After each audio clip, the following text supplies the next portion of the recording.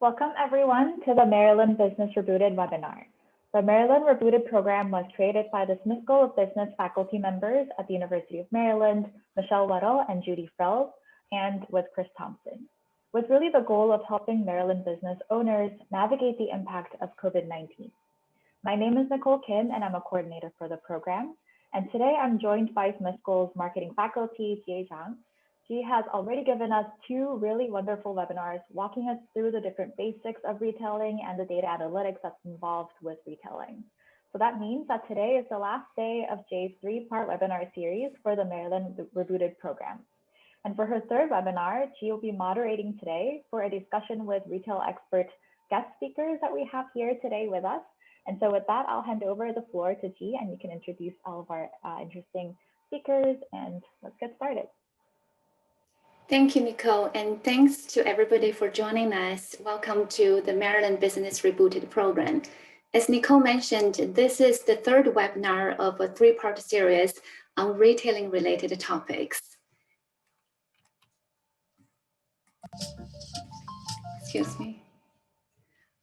Today, I'm so glad to have three great speakers from the retail industry joining us today. They're James Thompson of the Buy Box Experts, Catherine Cullen of National Retail Federation, and Adam Lukowski of National Retail Federation Foundation. The topics they are going to cover include how to move a retail business online and how to compete successfully in e-commerce marketplaces, consumer spending and emerging retail trends during the COVID pandemic, strategies for enhancing store operations, including de-escalation strategies to deal with unruly customers. And finally, the Rise Up initiative by the National Retail Federation. So it's my great pleasure to introduce our first speaker, James Thompson. James is the Chief Strategy Officer and partner at the consulting company Buy Box Experts. Previously, he served as the business head of Amazon Services and the first fulfillment by Amazon account manager. He co-founded the Prosper Show and co-authored two books about Amazon marketplaces. Prior to Amazon, James was a management consultant and banker. He holds a Bachelor of Science degree from University of Alberta, an MBA from Vanderbilt University, and a PhD in marketing, specializing in B2B and distribution channels from Northwestern University's Kellogg School of Management. On a personal note, I've known James for 25 years since our times together in the PhD program at Kellogg. I'm so glad and grateful that James can join us today and sharing his tremendous expertise and insights. So without further ado, I'm going to stop sharing my screen and pass it off to James. James, the screen is yours. Thanks so much. Thank you, Jay, for inviting me today. Thank you all for joining. I'm going to spend some time today talking about the broad questions around what it takes for organizations, retailers specifically, to make that jump into e-commerce. During the last year and a half, even prior to COVID, I've seen an increase in companies asking the question, gosh, it looks like e-commerce is where consumers are moving to. What do we need to do as an organization to be able to participate in that particular space? I'm going to talk today about a couple of major ways in which retailers are moving into e-commerce, but I believe it's important first and foremost to define what does it mean to be a retailer? And really, it seems like an obvious question, but it turns out what types of products you sell is going to have a major impact on the types of choices available to you and the likely success that you're going to find in those choices. And the major delineation has to do with, as a retailer, do you sell other people's brands or do you sell your own brands? If you sell other people's brands, today in your physical store, you have the opportunity to sell your products as consumers come into your store. When we're dealing with an e-commerce channel, there are obviously many competitors out there that may be selling the same products in some of the very same e-commerce channels where you're going to be participating. I spent the last 14 years working either at Amazon or with brands that are selling on Amazon. And one of the biggest challenges we face is when retailers come to us and say, I want to sell on Amazon, but I don't know what to do with all this competition. There's 10 other people selling the same brands. Well, that usually comes back to the retailer is selling somebody else's brands, and there may or may not be constraints around who's allowed to sell on some of these e-commerce channels. Life is a little bit different if you're selling your own brands. If you're selling your own brands, you have much more control over who else might also be competing against you in an e-commerce channel. To give you a little bit of a comparison, imagine you go into a grocery store and you're walking down the aisle to buy breakfast cereal, and you find a box of Rice Krispies. When you buy the box of Rice Krispies, the grocery store is going to sell you the box of Rice Krispies. But in an e-commerce world, imagine there's 10 different people standing in the aisle, all trying to sell you the same box of Rice Krispies. That's exactly what happens with certain types of e-commerce channels. And that shift to an e-commerce model creates a whole series of new issues for retailers to think about, issues they've not had to face when they basically had a monopoly of managing the traffic that came into their store. In an e-commerce channel, you simply don't have that. So I'm going to keep coming back to this selling other people's brands versus selling your own brands, because it ultimately will impact the kinds of choices you make when as a retailer, you consider how do you get into an online or an e-commerce space. So let's start by separating the world further. The e-commerce world, when you're looking to sell products, there are really two major themes of channels through which you can sell products. There are the direct-to-consumer sites where you get a Shopify site or a WooCommerce site or a BigCommerce site, and you build up a website, and you've got a shopping cart on the website, and you present your products to consumers, and that's great. Now you're responsible for finding traffic that will come to your website to actually see your products and see the great offers that you have available. That model is one model that many retailers will take. There is the second model where retailers will set up an account on one of these e-commerce marketplaces like Amazon or Walmart.com, and there are specialty marketplaces like Houzz and Chewy and so on and so forth. But the idea of a marketplace is one where you're standing next to your competitors, and you and your competitors may be selling exactly the same product, trying to beat each other up on pricing or on faster shipping or what have you. And so the dynamics of having huge amounts of traffic already available on the marketplace looks appealing, but you also have 5 million other sellers on a marketplace like Amazon. And so you've got to take both increased demand as well as increased competition on a marketplace, whereas on a direct-to-consumer site, there isn't the same level of competition in the sense that if you can drive traffic to your site, there's an opportunity for you to be able to convert the customer and get them to buy your online offer. So let's spend a few minutes and talk about the direct-to-consumer model. And as we think about, we're going to come back to this, as I say, whether you're selling your own brand as a retailer versus whether you're selling other people's brands through an e-commerce channel. When you decide to go direct to consumer, it's important to understand, what is it that I'm actually trying to accomplish? I am sorry. We have just a second, please. There we go.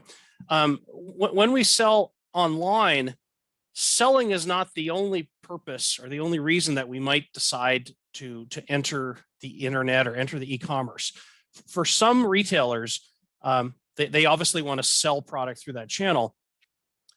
For other retailers, a direct-to-consumer site is an educational site. It's an opportunity for you to tell your story, talk about, here's my store, here's what we represent, here's the kinds of brands we have, here are the kind of things we do for our consumers, but it may not necessarily have a shopping cart. And that educational opportunity can be very beneficial if you're able to drive the right kind of traffic to your site. With some brands and certainly some retailers, the website is simply a vehicle for communicating information as well as collecting information from consumers who may be buying your products in other channels. If you do, in fact, use a direct-to-consumer site with a shopping cart specifically aimed at capturing dollars that consumers are looking to spend online, then there's going to be a whole series of issues around how do you make sure that you find the right kind of traffic, drive them to your site, get them warmed up and interested in your products, and then actually create an offer that's interesting enough for them to buy from you versus some of these much better known larger marketplaces like an Amazon.com or a Walmart.com.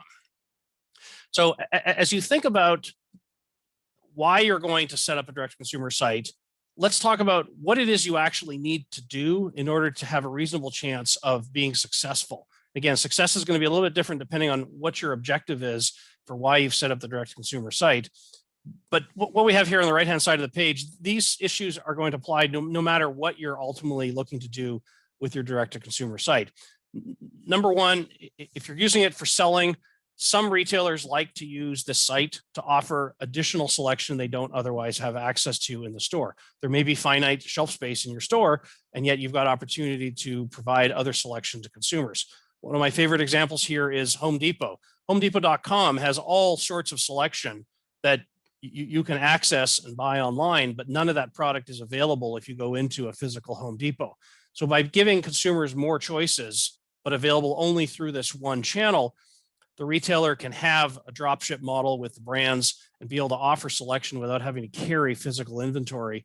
So that model can be certainly very useful. As we look at some of these other issues, just because you have a website doesn't mean anyone's ever going to find it or decide to do anything on that site. And so you have this incredible responsibility as a retailer with a direct-to-consumer site. You have to find a way to get consumers to come to your website and to pay attention. And often the challenge that retailers have is they don't actually have a lot of information about their consumers. Certainly one of the big issues that we've seen during COVID is retailers that had to close their physical stores, they didn't have customer email lists. They didn't have a way of reaching out and saying, hey, we're not open, but we can do curbside pickup or we can do delivery to you. When you don't know who your consumers are and you don't have an effective way of reaching out to them, it becomes very difficult for you to leverage the fact that you may have an e-commerce presence. And so if you're going to create an e-commerce presence, you've got to be asking yourself the question from the very beginning, what information about consumers do I want to collect? What existing customer information that I already have can I start to leverage? Because you want to make it a situation where consumers who know you in the physical store get to know you on the online store, and you're making it very clear we have additional convenience for you where you can buy from us outside the normal physical retail store hours. As you think about building a website, the idea of being able to put content on the website, it's more than just let's throw a bunch of things up and see if some of this will sell. You've got to be playing to the Google algorithms. How do we make sure that our site at least has a realistic chance of being found? How do you index your content on your pages so that not only does Google find it, but if consumers come to your site and they're doing some sort of Boolean search, they're going to actually find the products that make sense relative to the search terms they're looking for. There is a whole art related to that process. And unfortunately, it's a very painstaking process if you decide to launch a site and put a lot of products on your direct-to-consumer site all at once.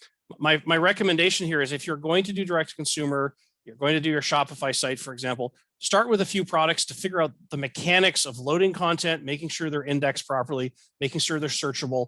All of that becomes very, very important learnings before you decide to scale to your full catalog or beyond into some of this incremental selection that we talked about.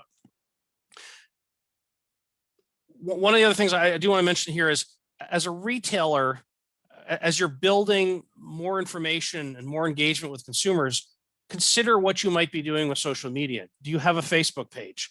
You could be an independent retailer. There's no reason you couldn't have a Facebook page, but you've got to ask yourself, what am I doing to get my consumers to engage with my Facebook page or to engage with my Instagram site so that I'm in a way able to engage more often with my consumers, keep them engaged, keep them in some way semi-loyal to me as a retailer, and be able to get them to come back to my online site. If you can build that customer base, keep them engaged, you'll quickly find that you probably make more money on the online site because you don't have to deal with all the same kind of overhead that you had in the physical store setup. But you've got to figure out, how do you get these two parts of your business, the inline and the online, how do you get them to work together so that you know when you put inventory in your online site, it's actually in stock. If you say there's 3 units available, there's actually 3 units. For smaller retailers, this is a big challenge, keeping track of just-in-time inventory counts of what might be on the physical shelf that you're also making available for sale in the online store. So there are lots of third-party software tools available to help with this process, but going direct to consumer, especially if it's with a shopping cart, you have to be prepared to make an investment of time and money and let it play out, and be prepared to do the necessary work to build up something that's good enough for consumers to react in at least some positive way to what you're offering them in an online channel. One of the things that I've mentioned here at the bottom, and yes, I run an agency, I don't do this kind of work, but I do encourage you to make sure you reach out to folks who have the right kind of talent to run an online business. I have seen too many people as a weekend warrior decide to set up a direct-to-consumer website only to discover that it's complicated. It's a different language. There's lots of skills involved in an online site that have very little to do with the skills needed to succeed in a physical retail setting. And so make sure that you're getting good advice. There are providers, platforms like the ones I've shown here. They have all sorts of educational information. Read through that before you decide to jump in. Read through and figure out what is it you're actually going to need to do to get something that's good enough to be worthy of customers' attention. All right, so now let's talk about the marketplace side of the story. And this is where I have to think back. This would be about 11 years ago when I worked at Amazon. I was talking to all sorts of new customers who were looking at joining the Amazon marketplace, and they were looking for exactly these reasons you see here on the left-hand side. Amazon's big, and it's getting bigger and bigger and bigger every day. And the dollars involved here, if you're a retailer saying, wait a minute, I want to get in and get a piece of that $450 billion pie on Amazon, that's incredibly huge. You know, if I could get only 0.00001% of that, that would triple my overall sales. Well, all of that is true. But as I mentioned earlier, you've also got 5 million sellers on this platform. And so there are lots of people who want a piece of pie, and lots of people who are saying, I want to get the sale and I don't really care what other people are doing. I'm going to find a way to get the sale ahead of everybody else. As a retailer, if you're selling other people's brands, chances are those brands are already on Amazon. And the chances are whoever's already on Amazon has built up some sort of performance history. They've built up product reviews. They've built up just knowledge of how the platform works. And so when you decide to jump in and become an Amazon seller, just be aware that there is no practice lane. On day one, you're live. On day one, you're being held accountable for the performance metrics that Amazon requires of all sellers. And so it's very hard to dip your toe into Amazon and say, well, you know, I can work on it a couple days a week. Let's see how it goes. No. On day one, the plane's in flight. The plane needs a pilot. You've got to be the pilot of the plane. Otherwise, don't fly this plane. That's a message that I would say across all marketplaces, not just Amazon. Amazon being the biggest is the one that gets the most attention in this country. But quite frankly, what ends up happening is the brands, if you're reselling other people's brands, not only are those brands likely going to be on Amazon, but Amazon is a huge gray marketplace. It's a place where sellers that don't necessarily have permission from the brands to sell online are selling their products. And so you have companies that, retailers that may have price requirements or pricing policies they're expected to follow with their brands. They're competing with companies selling on Amazon that aren't necessarily beholden to those same policies. And so it's a little bit of unfair competition where if you're having to follow pricing rules and the guy who's competing against you on Amazon doesn't have those pricing rules, it's very hard to win the sale. Because if we're both selling the same product, there's one listing and Amazon has an algorithm to decide who's going to get the sale. And it almost always goes to the guy who's got the cheaper product. And so if someone else can break pricing policies because they're actually not being held to those pricing policies, it certainly gives them an additional advantage. So things to think about on Amazon, but also you have the same issues on Walmart.com. Number one, lots and lots of unauthorized sellers who are able to sell outside of the normal pricing policies that brands may be requiring of physical retailers. Another big issue is on marketplaces, most product search is not branded.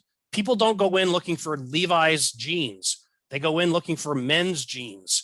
And what ends up happening is all sorts of brands that you may not otherwise see in physical retail end up dominating the top of search.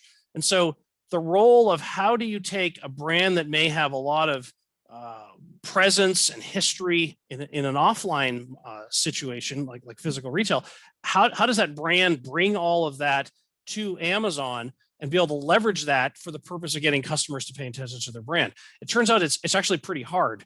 And there are literally hundreds of thousands of brands that only exist on Amazon that know how to play the game really well on Amazon and are able to beat the big brands that otherwise dominate physical retail. I'm not going to go into too many of these other details here on some of these bullet points, but there are mechanics of how things work on Amazon that are unlike anything that you'll ever face in physical retail. You've got to understand how this works from day one. Otherwise, it's easy to get quickly demoralized with the whole process of trying to make things work on an Amazon channel. I ran the Amazon Services Group for a couple of years, and that's the group that recruits sellers to join the marketplace. And through that process, I had the opportunity to talk to a lot of sellers who were thinking about coming to Amazon. And they would say things like, well, I have all this selection. Won't Amazon want to work with me? You know, do they want to partner with me? How can I be in a position where I can get Amazon to pay attention to me? The reality is when you're selling on a marketplace, there's so many sellers that are already there. Even if you're selling $100 million a year on an Amazon.com, chances are nobody in Amazon is paying any attention to you or has any interest in paying attention to you, because these marketplaces work through automation, through making computers make the decisions, computers running the process, not a human being interacting with you to say, hey, tell me what you think. Oh yeah, your product looks great. Let's do something special for that. There are 600 million products on Amazon today. When you show up with your catalog of selection, nobody cares that you have 5 new products. Nobody. And so you're literally in the middle of a firefight on day one when you arrive, and you've got to create relevance for your products. And if they're your own brand and nobody's selling them today, then you've got to figure out, how do I get people to pay attention to my brands when there's no sales history on the marketplace? If you're selling other people's brands, those brands may already be sold by other sellers on the marketplace, in which case you're hoping to come in and grab a share of what's already being sold. That's a little bit different dynamic, and usually comes down to who can offer the lowest price. But in any case, you don't just start and expect that by showing up, you're going to win. In fact, this whole concept of if you build it, they will come, that's the exact opposite of what happens on a marketplace. If you build it, no one will care. And so you have to make them care by spending money heavily on advertising, by finding ways to create meaningful differentiation of your products. And at the same time, you've got companies playing on Amazon who only play on Amazon, know the space extremely well, and are in a position to beat your product, even if your products are the very best from a product quality perspective. The best product quality is not what wins out on Amazon. It's not what wins out on Walmart.com. It's companies that know how to play the game well, to get traffic, to build up product reviews and social proof, and be in a position that they can drive their own retail costs down. Those are the kinds of things that matter most. I want to finish the slide by talking about this concept of moats. When you have a physical store, you may have a location in a particular city where you've got an ideal location, you've got the right kind of layout in your store. Customers naturally come into the store because of the location. You've been able to negotiate the right kind of advantages from brands for the brands you represent. When you go to Amazon, it's the Wild West times 600 million products. And so the advantages that you used to have in retail, very few of those will apply in an online setting. And so you've got to ask yourself the question, if I'm going to go and sell in a marketplace, what do I know how to do better than the next guy? And if I figure out how to do that really well, what stops the next guy from learning what I just did and repeating it and being able to take all of my business? Amazon's an amazing place if you're prepared to go deep in learning before you jump in. And for far too many companies, they've looked at Amazon as an opportunity to get in and be the next great American entrepreneur, when in fact, it doesn't quite work that way. It used to be easy to get on Amazon and sell a bunch of product. It's not easy to do that at all today. And that's why I run an agency helping major brands figure out how to get their nationally renowned brands to get any level of attention in an online marketplace. We'll spend a quick moment here and just talk about the Amazon virtuous cycle. This same concept applies to other marketplaces as well. Amazon decided that it was going to build a marketplace by creating the best customer experience, which would drive more people to come to the site by way of more traffic. More traffic would create the opportunity that more sellers want to join the marketplace and add their selection, as well as add, so not just new selection, but also competition on the existing selection.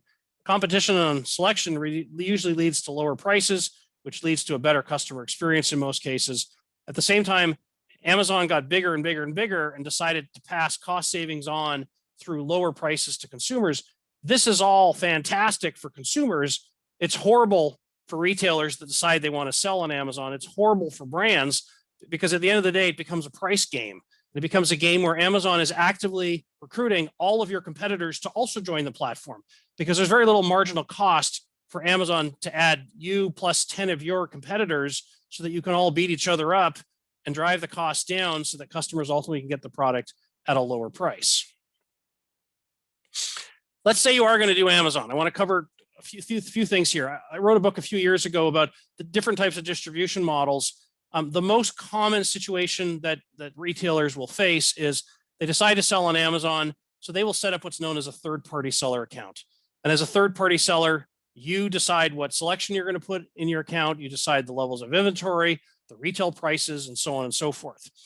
For larger brands, they may be able to wholesale product to Amazon, which is what's called the first-party relationship. Most retailers are selling other people's brands, and most of those brands are already sold on Amazon. So even if you are a third-party seller, you will likely end up as a retailer becoming a general reseller. The general reseller model is very difficult because you're facing competition from all sorts of other sellers on every single one of those SKUs. So now the question becomes, as a third-party seller, can I exclusively represent certain brands on Amazon or on another marketplace?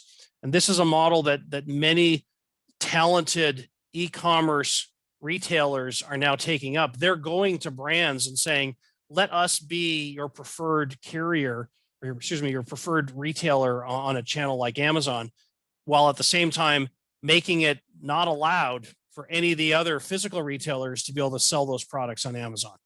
As we've seen in the last 3 years, brands are waking up to the fact that having competition within the channel is actually not a good situation for the brand. That typically leads to price erosion, which is not good for the brand and certainly not good for a retailer who's looking for certain levels of margin.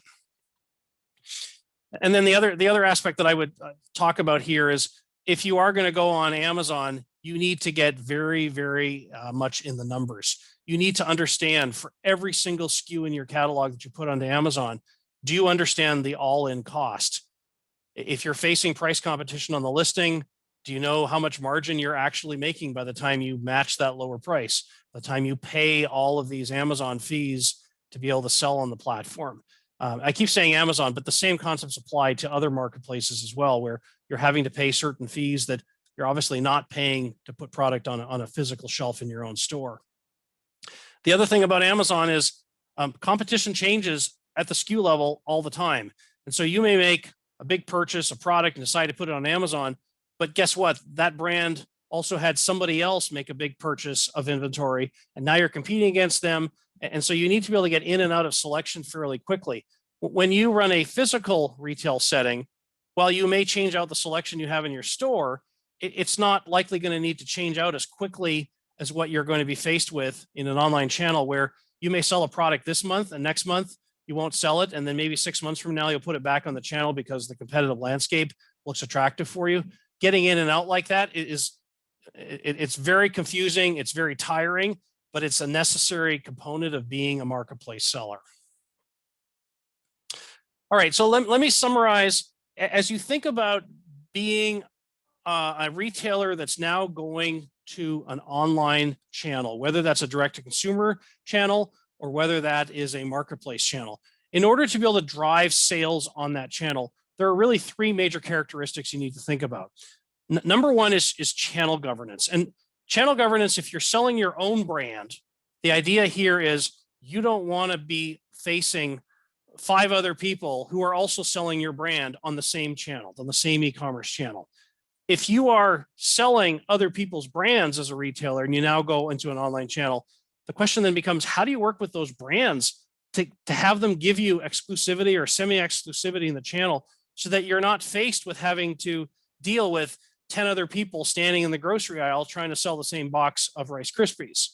That is a real problem that today many brands refuse to address because they're more interested in, I just want to sell as much as I can. I don't really care what happens once it goes to my retailers or to my distributors.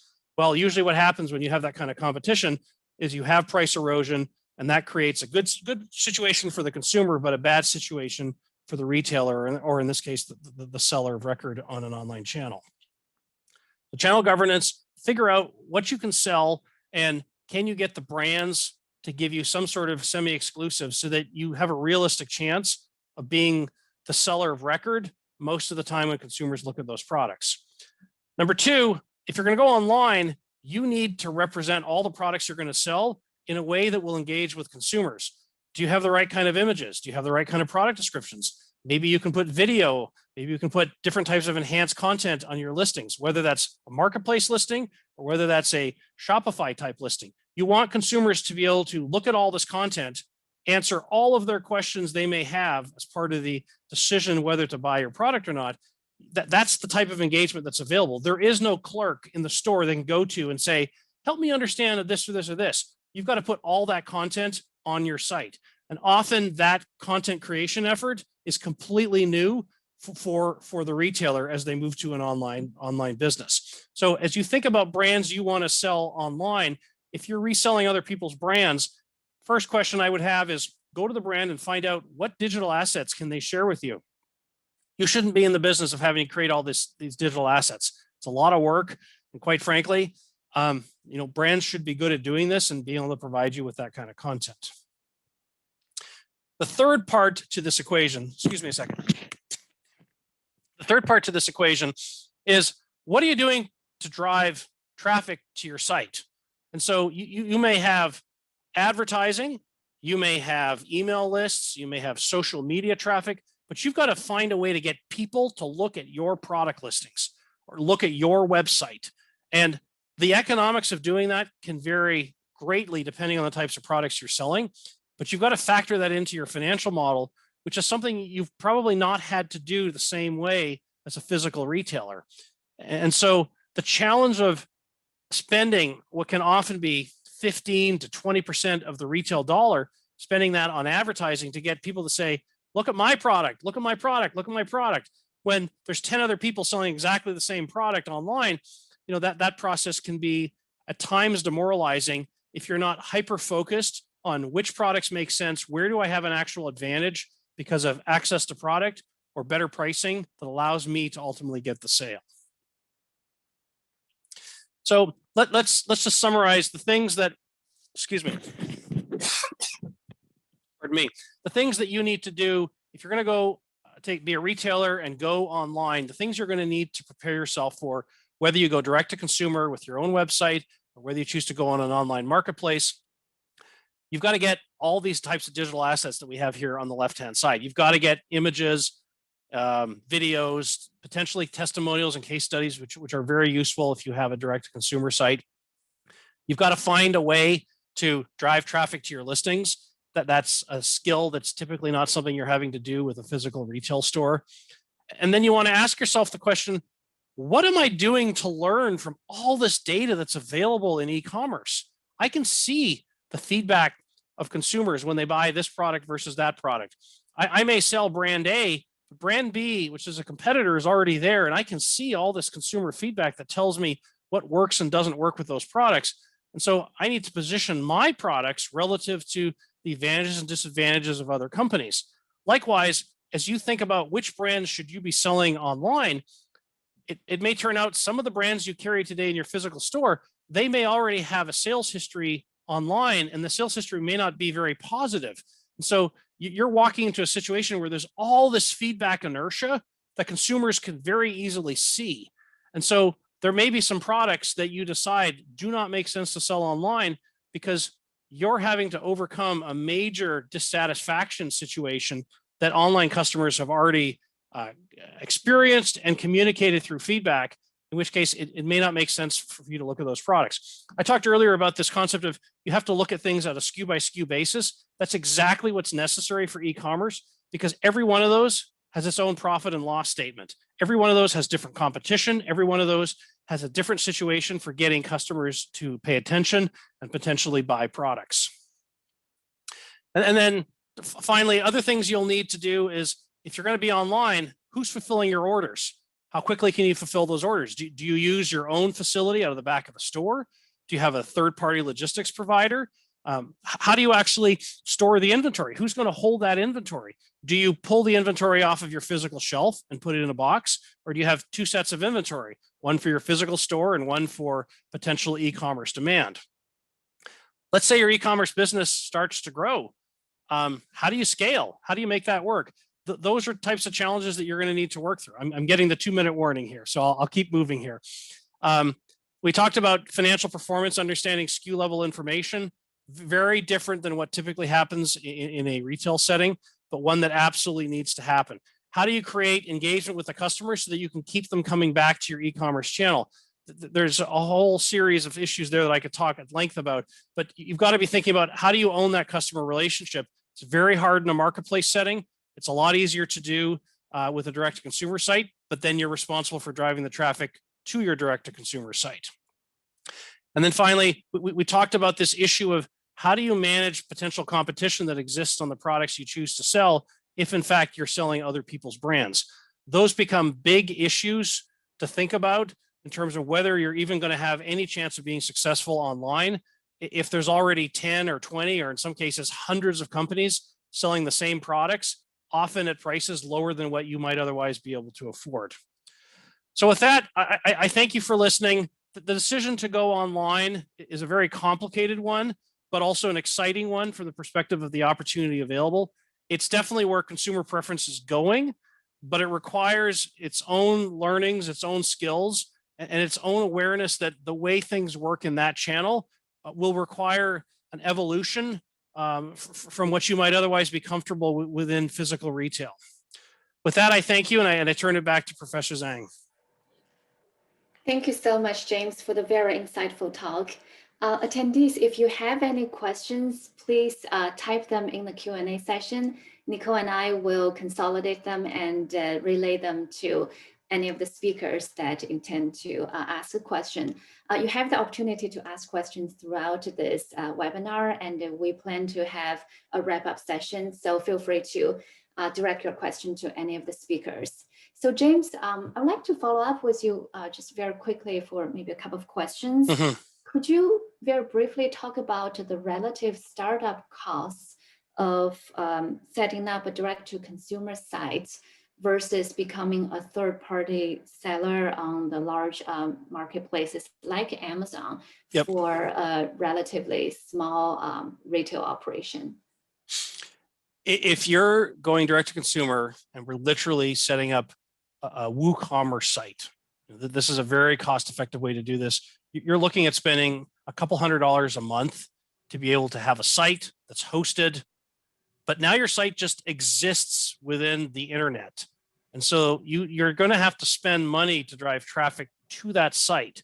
And it's hard for me to give you an exact number there because it depends on whether you've got an existing customer list, whether you're going to be spending money on advertising locally, whether you're looking at national advertising, depending on how broad your retail position is today.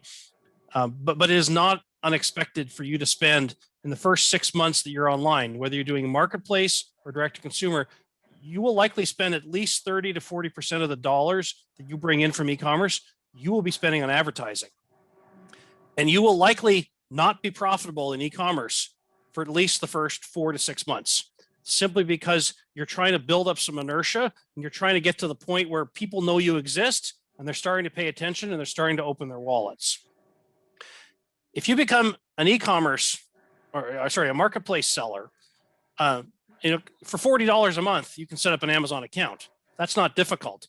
You can start creating listings right away. But whether you're setting up a marketplace account or a direct-to-consumer account, do you have photos? Do you have content? Is the content properly optimized? If you're working with brands that have that content and they say, here you go, thank you very much, then you can leverage that information and very quickly be creating content. On the other hand, if you're in a situation where the brands you represent, whether if they're your own or they're someone else's brands and there isn't that content, you're hiring a photographer to take photos. You're hiring a writer who can write SEO optimized content. Depending on how many listings you have, I mean, you could be spending $500 to $1,000 per listing to create competent, legitimate listings. And so depending on the size of your catalog, depending on how big you want to go as an initial start, you could literally be spending thousands of dollars. But think of it this way. When you go into e-commerce, this is an experiment, and you have to be prepared to say this is at least a 6-month experiment, because you will quickly be demoralized saying, well, I'm not making any money in month 1. Well, the days of making money in month 1, that's 15 years ago. Today, it's about building and establishing a new channel. Imagine you were a brand and you said, I want to go into Europe. We have no European presence. You're going to have to send somebody to Europe, set up an office, figure out if there's distributors. All of that is a sunk cost. You've got the same concept of sunk cost here in building an e-commerce channel, whether it's a direct-to-consumer or whether it's a marketplace channel. So if you're spending less than $10,000 before you start generating meaningful sales online, the only way I could see that happening is if you've already established a very in-depth customer list that you can leverage on day 1, and you've got really strong digital assets to build product listings on day 1. I see. Thank you so much. We also got a question here in the chat room. So how do you deal with counterfeit sellers on Amazon? Can other sellers use your product information, including product images, to sell their products? Are there any protection rules, regulations set up by large marketplaces like that to protect sellers? A little over a year ago, Amazon publicly declared that they have a counterfeit problem.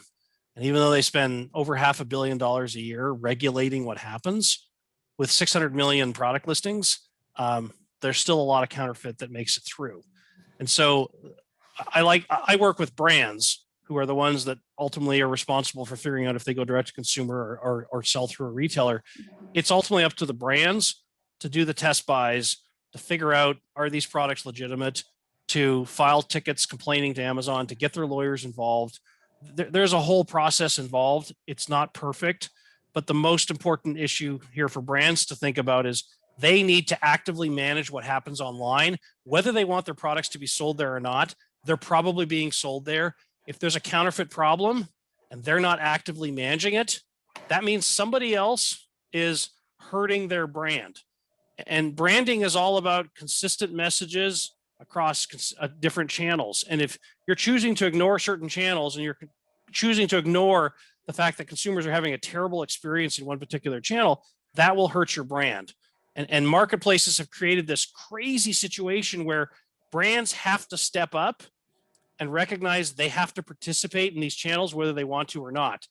And whether you have retailers who are aligned with the brands helping them, or you have retailers and people doing things on the fast that aren't necessarily legitimate, any of those opportunities have to be carefully managed by the brand, because the brand is the one that needs to control how its promises are delivered to consumers. Absolutely. Well, there's so much to think about and how to set up stores and how to compete on those marketplaces. So thank you so much, James. There's not enough time to pick your brain. So with that, we are going to transition to the next topics. I'd like to. So it's my great pleasure to introduce our next speaker, Catherine Cullen from the National Retail Federation. So Catherine is the Senior Director of Industry and Consumer Insights for the National Retail Foundation's research team. In this capacity, she leads research on consumer spending and emerging retail trends and develops new research initiatives and partnerships. Prior to joining National Retail Federation, Catherine worked in customer strategy and intelligence at Macy's. She has a master's degree in business administration from NYU with specializations in marketing and business analytics. Catherine, it's so great to have you here. Thank you so much. I'm going to stop sharing my screen and the screen is all yours. Thank you so much. Thank you so much. It's great to chat with you all today. I am going to share my screen now, and I have a fair amount to go through, but we'll try to leave time because my colleague Adam Lukowski has a lot of great information to share after me. So as G mentioned, I'm Catherine Cullen. I lead industry and consumer insights at the National Retail Federation. For those of you who may not be familiar with NRF, we are the largest retail trade association. We represent everyone from small businesses to pure play e-commerce retailers and national big chains in every retail sector. As you can imagine, representing such a diverse industry, is a very exciting place to be. And we really view our mission as covering three areas. We talk about the people, the policies, and the ideas that ensure retail thrives.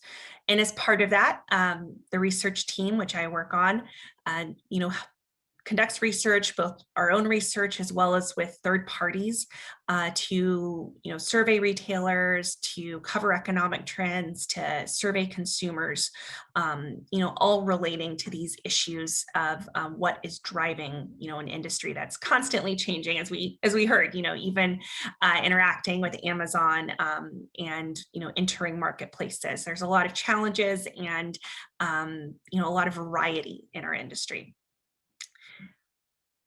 We are, as I mentioned, we conduct a fair amount of research, and all of this is that I'm going to cover today draws from our overviews of economic and consumer trends. Most of it is available on our website. So if you're curious about what we put out or the resources we have, feel free to check out nrf.com.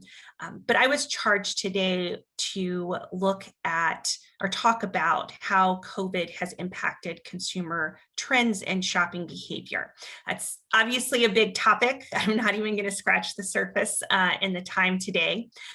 But in order to talk about what the future is going to look like, we of course need to take a quick retrospective on 2020. At this point, we are probably all very well aware that the pandemic has changed our lives and that it turned things on their head back in the early part of last year. Just looking at the numbers, the pandemic ended a decades-long economic expansion starting from the end of the last Great Recession. And it was a steep drop-off. We were experiencing steady quarterly growth. Retail was in a good place. The consumer was in a good place. And then in Q2, we saw GDP drop by about 32%. In retail, which is a major contributor to GDP and the economy, retail sales in April dropped over 21% as consumer shopping in many ways and retail businesses had to grind to a halt, and people were very restricted in how they could behave and what they could do. Despite that, 2020 continued to surprise us because, in fact, it ended on a very positive note. Retail sales started to pick up in around June, around when shutdowns started to ease a bit and some restrictions were lifted. And we saw not only gains in sort of returning to where things were before the pandemic, but actually growth over 2019. And 2020 closed at about a 6.8% growth rate in terms of retail sales. The last time we saw growth this strong was back in 2004. So really incredible. A lot of this, as I mentioned, was due in part to the fact that the consumer was in a strong place before the pandemic. Stimulus efforts certainly helped. And also consumers were shifting some of their buying patterns. So moving from spending on services, so spending less on vacations and trips, spending less on dining out, and instead shifting some of that spend to things. We also saw some gains in personal wealth, and people saw their home prices rise in value, and things like that. So undergirding all of the turmoil of last year are some really strong indicators. That's not to say, however, that individual consumers, portions of the economy, or the individual businesses did not face a lot of challenges. When we look below some of these high-level numbers, what we really see is there's a distinction in terms of how businesses who were deemed essential and were allowed to operate in April and May and March of this year, how they performed compared to businesses that had to shut down for those couple of months, or who really had to restrict their operations.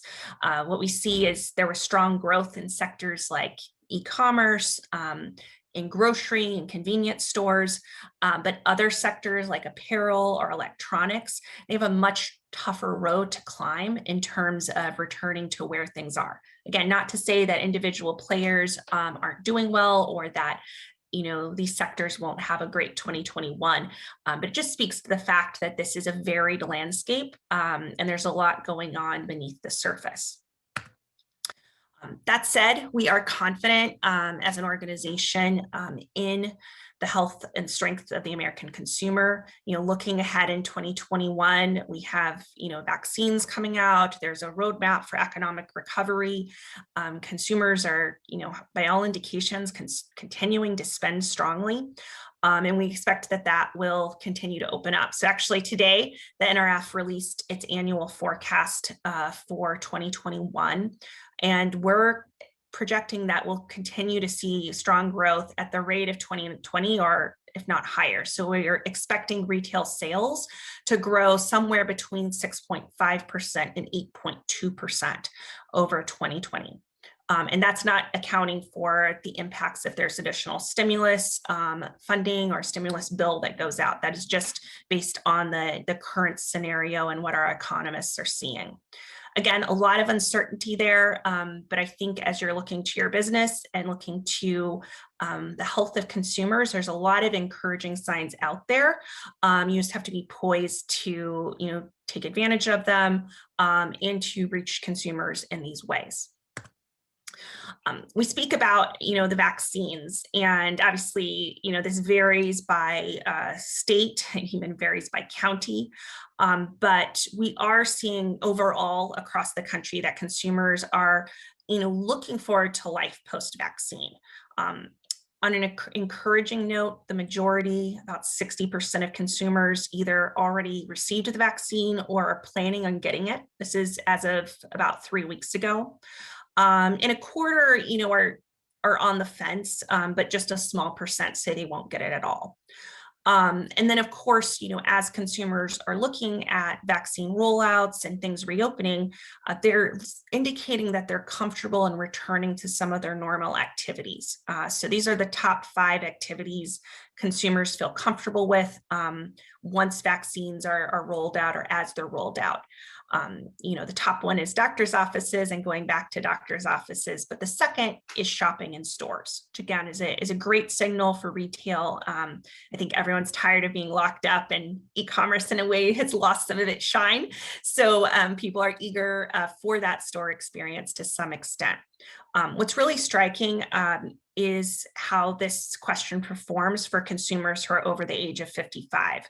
So these are a group that, of course, are more vulnerable for COVID, so may have been more cautious with their activities, but who also may be in some of the earlier groups to get the vaccine. About half of those say that they are feeling comfortable engaging in shopping in stores and store-related activities as the vaccine becomes available. So again, a signal for where things are headed as we look at the growth expected for 2021. Of course, that as things return to normal is going to look different. Most consumers, about 3/4, believe that the coronavirus is going to continue to impact their lifestyle over the next 5 years. And that's in a number of ways. It's work, as people look to working from home more, or jobs allow employees to continue working from home, social activities and gatherings, as well as how they shop. A really great example of how people's shopping behavior may be changing is talking about online. I know I just mentioned people are comfortable with the idea of returning to stores again. And even if we look at e-commerce growth during the pandemic, it grew. It's above levels from last year, but it grew from about 13% to about 16% of retail sales. So still a lot of retail occurs in the store.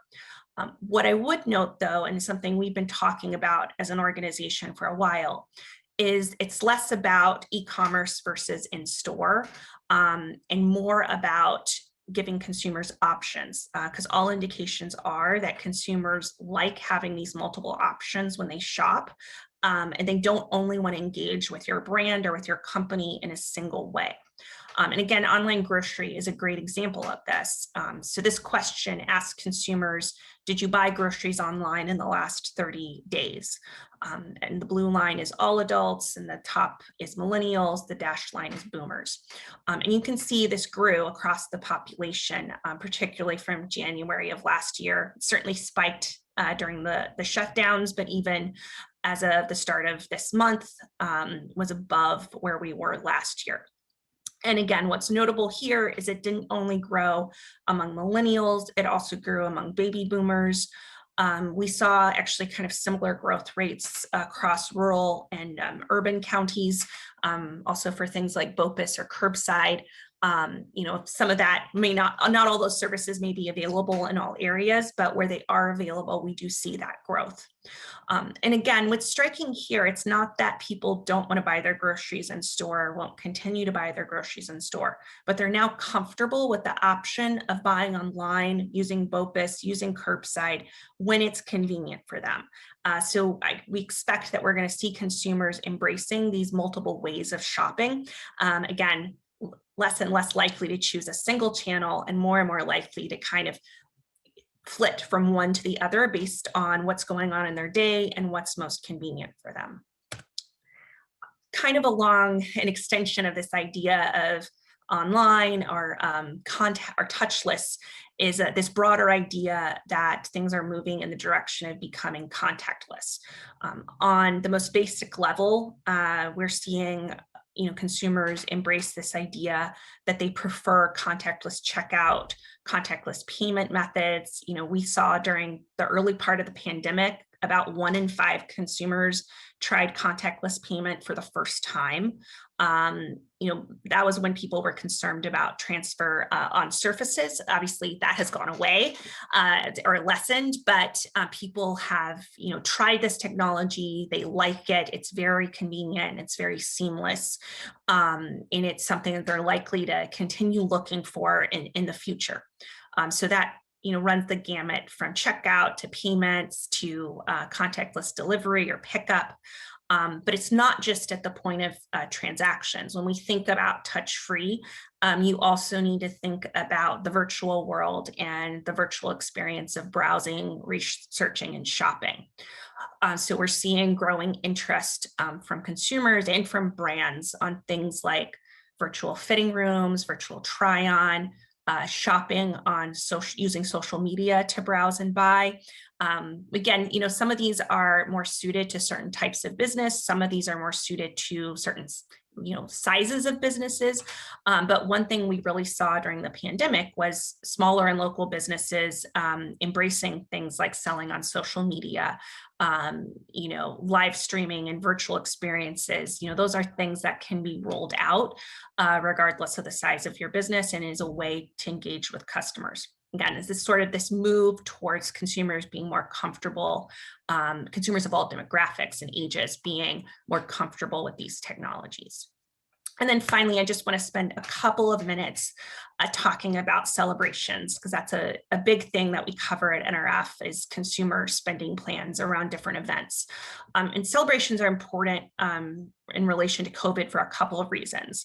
The first is that we saw sustained interest in celebrations and special events throughout the pandemic. It was almost as if because of the pandemic, consumers were even more interested in participating in these holidays, whether that's Halloween and putting up decorations, the winter holidays, Mother's Day, Valentine's Day, as I'm about to talk about. And then, not only did we see this growing engagement or sustained engagement around these events, but they're also a great snapshot of what's going on in consumers' lives and how their lifestyles are changing.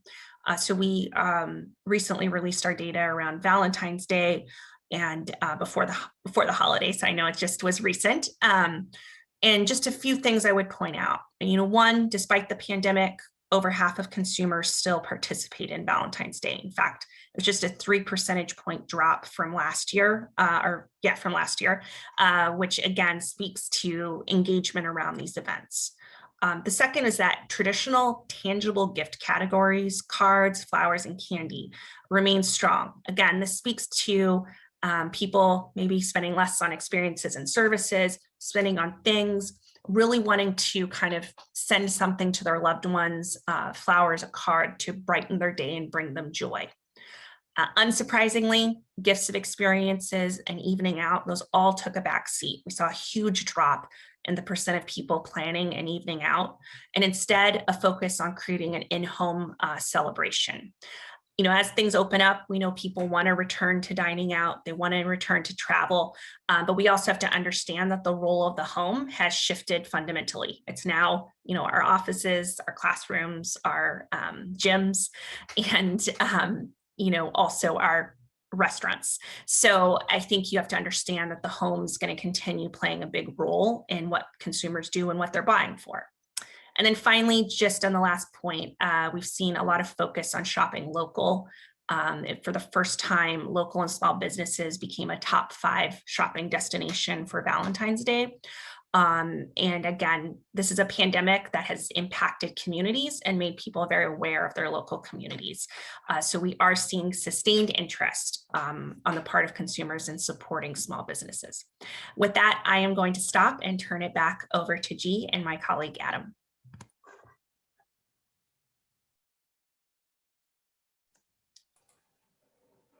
Thank you so much, Catherine. And I'm wondering if you would take a couple of follow-up questions at this point. And attendees, if you have any questions to any of the speakers, please type them in either the chat room so everybody can see it, or in the Q&A session. And then Nicole and I will organize and consolidate them. So Catherine, you talked about amongst all the trends here, some of them certainly are particularly relevant to small and local businesses. And for example, this trend of celebration you're talking about. And overall, the pandemic really has caused so many shifts in consumer spendings. You mentioned that certainly there's a major shift online. There's also a renewed focus on, at-home entertainment, so on and so forth. Yet at the same time, seems like a lot of consumers have expressed a desire to go back to normal, whatever normal is after the pandemic. So I'm curious, in what categories or type of products or spendings do you think there will be a pent-up demand after the pandemic is under control? And what kind of spendings in what type of products or categories are likely to shifting more toward online for the long term? Well, so there are two sort of questions in there. The first is, categories that we could see kind of growing. Certain categories are very driven by events and experiences. So just thinking back, people buy new clothes for trips, they buy new clothes for work occasions. And a lot of those things did not occur last year. Now, people bought apparel for, this more comfortable athleisure type lifestyle. However, a lot of folks, and we included, believe there's going to be sort of renewed interest in apparel as people are able to kind of engage in some of these other activities. So I think, categories and sectors that are tied to things that have been shut down or stopped, you're probably going to see renewed interest in. Also, the strong home market and home ownership is kind of going up, and also people have been refitting their homes. So it's hard to tell if that specific category will see the same level of growth, but it is one that performed fairly well during the pandemic. Grocery had a really strong year. It's very hard to comp to that. So, it might not see the same level of growth, but people are very, engaged in food and eating at home. So it's a rambly way of saying that, we don't know for sure. But I would, when you're thinking about what could kind of pop, I would look at, what activities are people starting to resume again and what categories are tied to that. For e-commerce, it's so varied across the board, of course, but we really do believe that multi-channel is the way forward for most retail businesses, regardless of sector. So, I think just thinking back a year ago, many people wouldn't have even considered buying groceries online for a long time. That was not, a big e-commerce play, and now it is. It's been a huge growth area. A lot of people who hadn't tried it before have tried it, but again, it's not that they don't want to go to the grocery store and they won't still want to pick out items or talk to their local butcher, but they also are comfortable ordering online if they're in a rush or if they're buying something that they don't need to look at. So it's being on all those channels is sort of what we believe. Thank you. Well, certainly a lot of very interesting patterns and developments to look out for. Thank you so much, Catherine.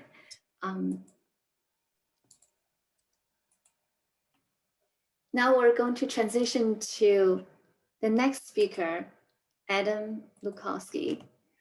It's my great pleasure to welcome Adam here as well. Adam is the Vice President of the National Retail Federation Foundation, where he oversees major workforce programs, including the Rise Up training program, which he's going to talk about, and credentialing program. Adam has about more than 15 years of experience of successful system transformation and team building. At Teach for America, he oversaw $100 million in purchasing, streamlined TFA's procurement process, and led an award-winning team. Adam holds an BA from University of St. Thomas and an MBA from Georgetown University. Thank you so much, Adam, for joining us, and we look forward to hearing your insights. So I'm going to stop sharing the screen, and Adam, the screen is all yours. Thank you so much. Thank you very much. Let me pull up my presentation. As I pull this up, I will say I'm one of those consumers who use touchless payment for the first time. My friends all thought it was ridiculous that I had never done it before, but yeah, it was, and now I use it all the time. All right, let me see. All right, so I am Adam Lukowski, the Vice President at the National Retail Federation. And let me just tell you a little bit briefly about what the NRF Foundation is. We work very closely with the NRF. We are actually the kind of nonprofit out of the trade association that Catherine was talking about. And we focus on early talent. So anything about jobs in the retail industry. And we do a couple major things. One, we look to tell the story about retail jobs that we're not only folding sweaters, stocking shelves, or cashiers, that we support 52 million jobs in America. And there are a lot of different career paths, not only in stores and distribution centers, but also in corporate, and telling the story about small business owners and entrepreneurs, because that makes up the vast majority of retail businesses. And then we also have programming for those that are interested in the industry or those that find themselves in the industry, developing skills to be successful, to get a job, or skills to help find themselves in ways to get promoted. So the program I'm talking today is our Rise Up program. It is a training credentialing program. And for a lot of you, obviously you work in retail, so you understand the different career paths that are available and the skills that are required. So the purpose when we created this training was to change the perception of the industry, build interest in this, and help people who take the training determine what they're interested in, not only finding the type of retail. So if you're interested in pets, there are like pet companies. If you're interested in sports, there are sporting retailers. If you're interested in fashion, there's like lots of different areas in fashion. If you're interested in medicine, there are pharmacies. So really helping people understand there are different types of retailers they can get involved in. But then also, are you a operations-minded person? Do you like talking with people? What are your skill sets to help you find the right interest and the right type of career within the industry? And then finally, building those skills so that they can be successful. The program I'm talking mostly today is our Rise Up program, which is focused mostly on store level roles, customer facing roles, some of the supervisory roles in those positions. And then again, I'll talk a little bit more about what we're doing in the distribution and supply chain world. So as you can kind of see, there's a couple different reasons we do this. And just in interest of time, I'll talk about these very briefly. Our workforce system has a lot of money, and it works to train people who are looking for jobs. Rise Up is kind of the answer to that. So if someone comes in looking for a job, there's now a training that they can be put in to help them get a job in retail. Prior to that, there wasn't really any trainings for someone to be prepared to come into a retail job. So we were getting a lot of folks coming to our places of business without any sort of training or skills in the industry. The second is just to keep pace with our competing industries. A lot of other industries have training programs. So it's really important that we do this. It also increases our applicant flow as we get more people interested, and also increases the diversity of the applicants. For our program, over 50% of the folks who go through it are people of color. So we pride ourselves on helping bring more diverse talents into the industry across different levels within the industry. Let's see. These are our training programs. We have the three core here on the left: retail industry fundamentals, customer service and sales, and the business of retail, operations and profits. And retail industry fundamentals is just kind of a basic intro to the industry, and talks a little bit about what I was mentioning earlier about helping people kind of find their passion in the right place, and then giving them some really basic skills to be successful in their first job. The second is customer service and sales, which again is kind of self-explanatory. We all know that we live and breathe on customers and making them happy, and then making sure they also buy with us. And so this is a credential that really helps build those skills, thinking about a sales plan, thinking about how you talk to a customer loyalty, all of those good things. And then finally, business of retail, operations and profit. This is kind of everything behind the scenes of running of a business. So you take away the customer service, you take away the sales, you get inventory management, loss prevention, workplace safety, merchandising, marketing, and for a lot of our small businesses that use this is more for that assistant manager at their location. And for some places, it's the store manager role as well. It teaches the concepts of retail math, thinking about what profit is and how you price. Again, this is not going to be incredibly advanced. It's going to be introducing a lot of these concepts because a lot of our learners are working currently doing this, and so it allows them to master some more of the technical pieces.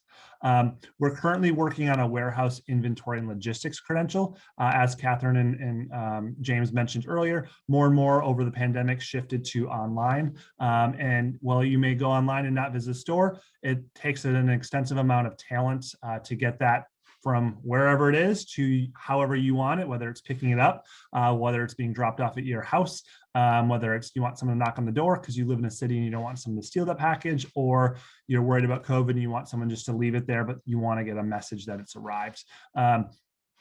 So we're currently building that with a host of retailers to really help people understand what distribution center jobs are. Two that I think are particular of interest, and I'll talk a little bit more about our last one. But we, during the pandemic, we rolled out very quickly 2 credentials on training. The first one is COVID-19 retail operations. That is provides people the ability to know how to work safely within a retail context. All of the precautions that we've taken place, and I'll help them know, like, you know, if I'm not feeling sick, if I'm not feeling well, what should I do? If one of my family members that I saw at a picnic just told me they were sick, what do I do? And follows a lot of the CDC best practices.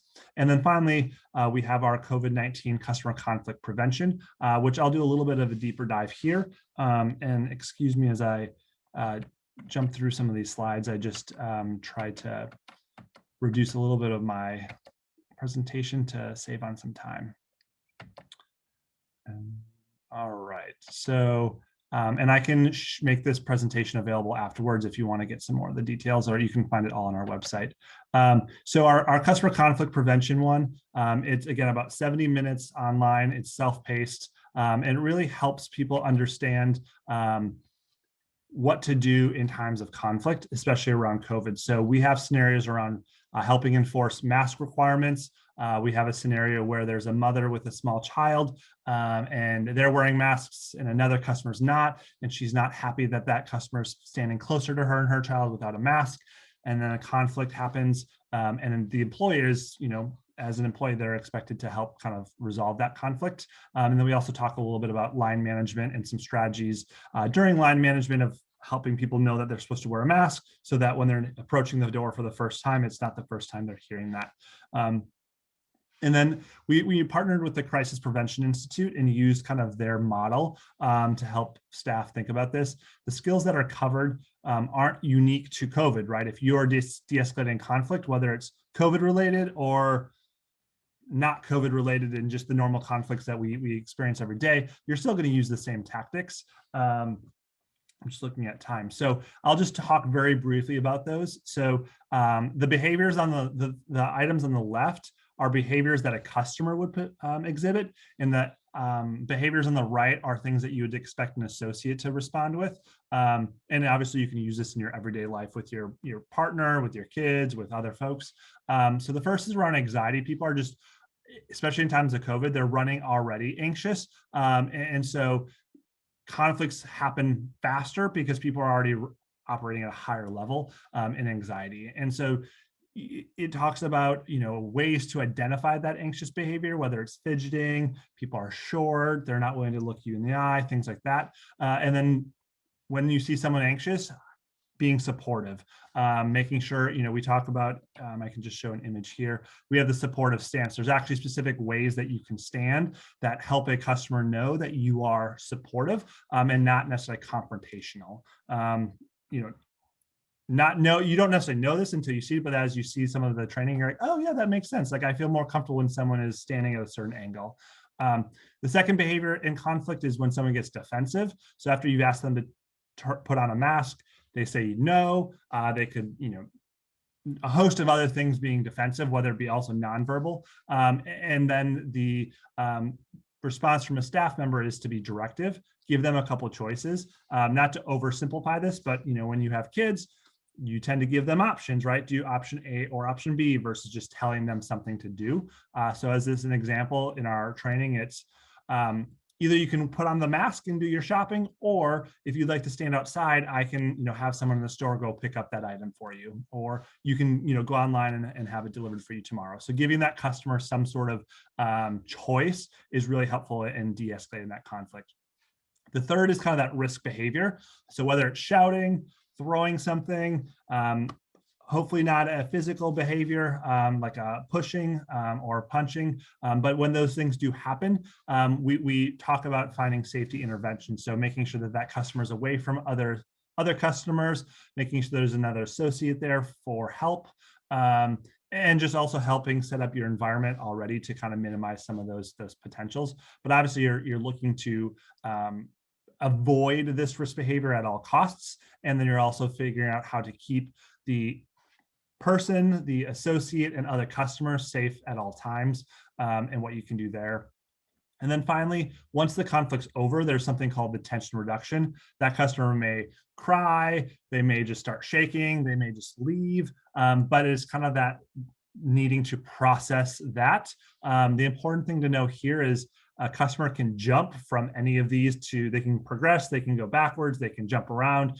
So it can be a little bit complex, but this tends to be the typical thing. But just because you've moved someone from risk behavior to tension reduction doesn't mean they may not go back to the risk behavior. So being mindful of that.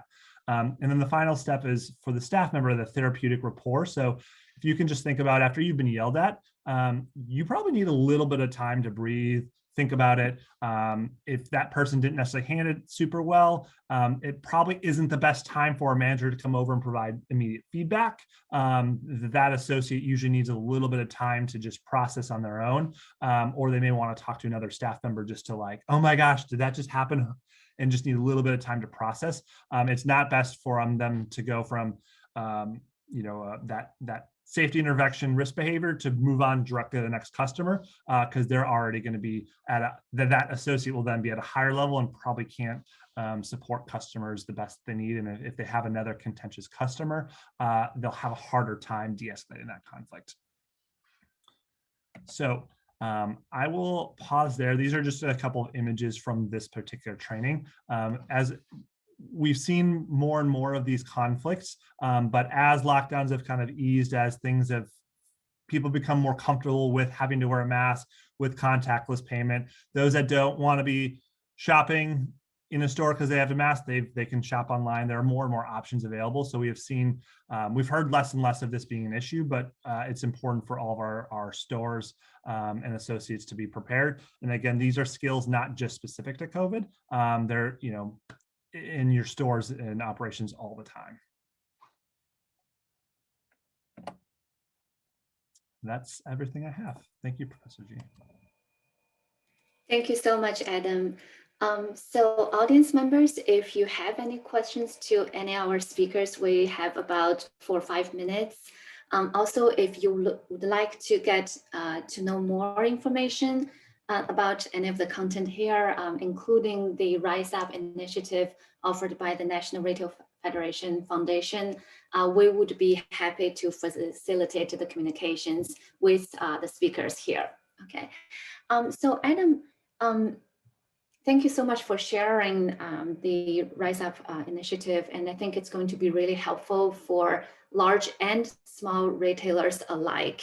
And the part that you talked about, the de-escalation training, I'm wondering, especially for small or mid-sized retailers who might be pretty short or tight with their personnel. So when situations like what you described arise, who should initiate the the de-escalation procedure? Should that be a store manager, or should they always designate certain employees within the store environment? Yeah, no, thank you for that. We found that the people who are using this training the most are our small businesses, because large businesses tend to have this already kind of built, and so we've seen a lot of our small businesses leverage this. I think it's absolutely important that every associate be at least trained in this, because while you may have the store manager who can help ultimately, if the front associate or the cashier is the one that has that, that angry customer is not going to wait for the person who's supposed to be de-escalating that conflict. So it's important for associates to know what to do if something happens significantly. So is it call 911? Is it call a store manager? We do encourage a lot of times that if an associate is having an issue, to call another associate over, whether it be the store manager, because just having a second face can sometimes de-escalate that conflict. So for example, if James is the angry customer and Catherine is my associate, he might just be mad at me now because I told him to wear a mask. But if Catherine comes over and says, hey, what's going on? It's now a new face, and James can kind of restart his conversation with Catherine. And so it's important for it to be a team effort, and be willing to kind of help and really make sure whoever is in charge or is that kind of person feels the most comfortable de-escalating those conflicts. When I was a 16-year-old working at Walmart, I was very comfortable de-escalating those. So a lot of our assistant managers would bring me in because I was able to effectively de-escalate that. So just making sure whoever you empower is comfortable with it, because if you're uncomfortable, you're most likely not going to be able to do the best job. So I would say to summarize, it's, you know, making sure everyone has that training, and then making sure obviously the store manager knows what to do, but then knowing kind of who in the store feels the most comfortable de-escalating these things, and letting them kind of be that variable of like, uh-oh, something's happening over here, you know, James, do you want to go, you know, help out Adam as this is happening? Exactly. Well, thank you so much, Adam. So we have maybe just 1 minute left. And James, if you don't mind, this is a question that has always been on my mind, and perhaps on the minds of some of our audience members here as well. So all three speakers talked about the importance of taking care of the fulfillment and logistic process, including, for e-commerce business. And I'm wondering, so James, Amazon offers this fulfilled by Amazon service. Obviously, they make money out of that. So for a relatively small retail operation, if you were to become a third-party seller on Amazon, is it worth it to pay for that service? And for what type of brands or retailers that is likely to pay off versus not? If we're talking about someone wanting to sell product on Amazon, Amazon doing fulfillment for you is potentially what we would call a necessary evil, because you want your orders to be Prime eligible.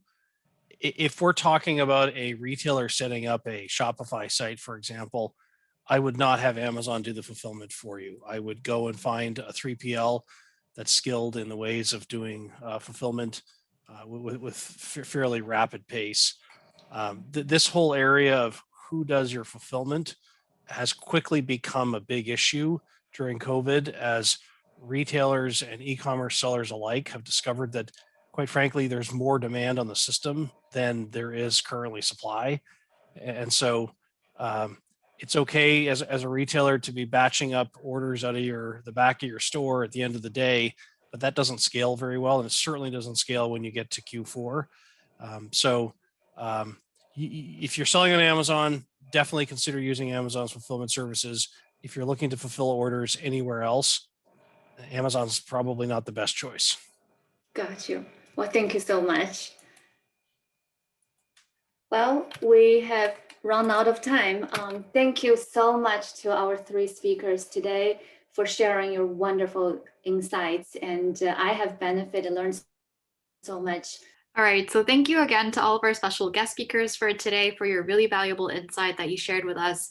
And as I mentioned in the beginning of this webinar today, today's webinar concludes G's three-part series on retailing for the Maryland Rebooted free webinar program. So thank you again, G, for your wonderful 3 webinars. My pleasure. And before I let everybody go, I quickly want to introduce our next webinar. So next week at the same time, so on March 3rd at 3 p.m., we also have 2 guest speakers, and we'll hear from them about their expert knowledge on PPP, which is the Paycheck Protection Program. And you may have heard about how much it has impacted and helped small business owners, and you may personally have experience applying for and receiving this PPP. So we'll have 2 experts speaking about it in detail next week, and we invite you to join this very informative upcoming webinar. And finally, for those of you that are interested in a deeper understanding of specific topics, please also check out Maryland's MicroMasters program series, which offer longer and more in-depth sessions. So again, thank you to everybody, our special guests, James, Catherine, and Adam, and we'll end our session here today. So we hope to see you in our next webinar, and thank you so much for attending.